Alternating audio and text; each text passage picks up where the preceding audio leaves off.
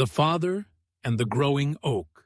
On a gentle hillside overlooking a valley where children's laughter echoed through the air, Master Aldrich tended his beloved grove with the precision of a master craftsman.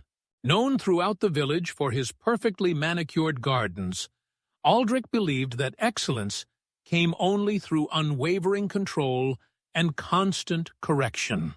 When he planted a young oak sapling in the heart of his grove, he immediately surrounded it with rigid wooden stakes, binding every small branch with rope to force it into what he considered the ideal shape. "I will create the most perfect oak tree ever grown," he declared, stepping back to admire his handiwork.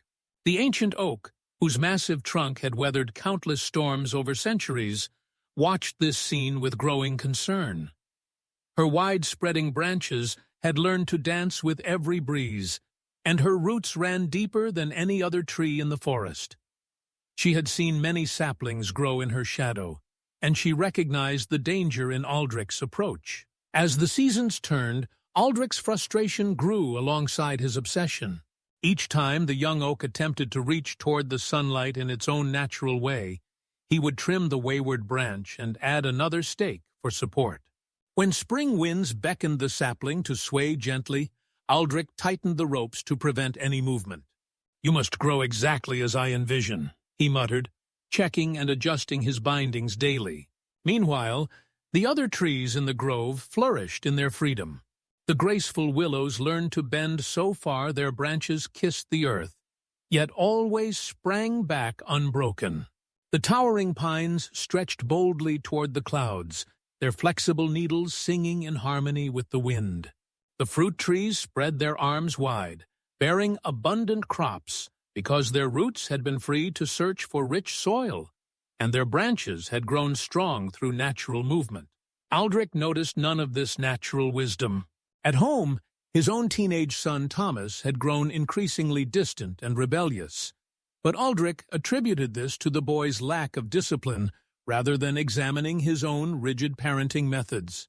"He needs more structure, more rules," Aldrich would tell his wife, never recognizing the parallel between his gardening and his fathering.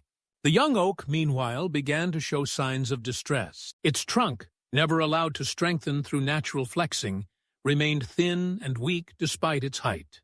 Its roots, constrained by Aldrich's carefully planned layout, stayed shallow and failed to spread wide enough to provide proper support.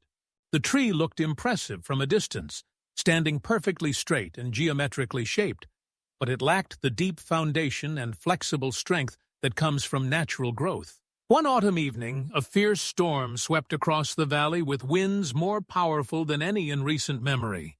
Throughout the grove, the naturally grown trees bent and swayed in an ancient dance of survival. The willows touched the ground and bounced back. The pines twisted gracefully without breaking, and even the mighty ancient oak, despite her great size, moved with fluid grace that had been perfected over centuries of storms. But Aldrich's carefully controlled oak, having never learned to move with the wind, stood rigid against the tempest. The stakes that had held it so precisely began to splinter under the unnatural stress. The shallow roots, never having stretched deep for stability, started to give way.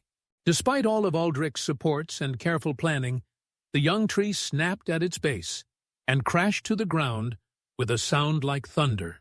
Aldrich found his fallen sapling the next morning and knelt beside it in devastation, his hands trembling as he touched the broken trunk. All his efforts, all his careful control, had led to this moment of complete failure. "You tried so hard to create perfection," came a gentle voice from above.